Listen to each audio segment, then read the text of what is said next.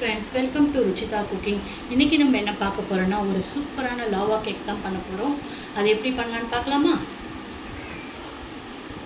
பெரிய பவுல் எடுத்துக்கலாம், ஜல்லடை எடுத்துக்கலாம், 100 கிராம் மைதா மாவு, 75 gram sugar, 30 gram cocoa powder, baking soda ஒரு அரை ஸ்பூன், பேக்கிங் பவுடர் வந்து ஒரு ஸ்பூன், கொஞ்சோண்டு சால்ட்டு. இதெல்லாம் நம்ம ஜலிச்சிடலாம்.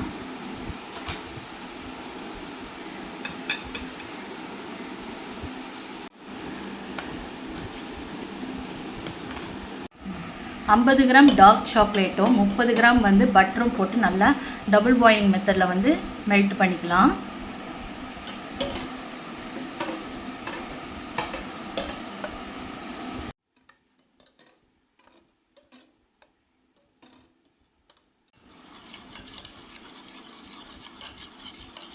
அவ்வளோதான், நல்லா மெல்ட் ஆகிடுச்சு. பட்டரும் சாக்லேட்டும் சேர்ந்துருச்சு. மெல்ட்டான சாக்லேட் கூட ஒரு 75 ml மில்க் ஊற்றிக்கலாம். ஒரு 2 ஸ்பூன் தயிர் ஊற்றிக்கலாம். இது வந்து எக்லெஸ் லாவா கேக்கு தான், அதனால் தயிர் ஊற்றிக்கலாம். இது ட்ரை இன்க்ரீடியன்ட்ஸ் ரெடி ஆகிடுச்சு. இப்போ இது கூட வெட் இன்க்ரீடியன்ட்ஸை நம்ம சேர்த்து கலக்கிடலாம். லாவா கேக் வந்து கொஞ்சம் தண்ணியாக தான் இருக்கும், மற்ற கேக்கை விட. ஒன்றும் பிரச்சனை இல்லை. சிலிக்கான் மோடு தான் எடுத்திருக்கோம். இதில் நம்ம வந்து முக்கால்வாசி தான் ஃபில் பண்ணணும்.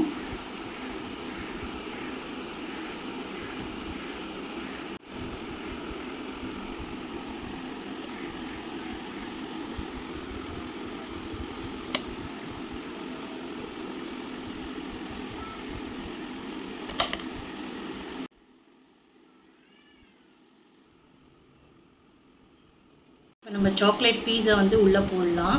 அப்போ தான் நடுவில் கட் பண்ணும்போது அந்த சாக்லேட் மெல்ட் ஆகி தெரியும்.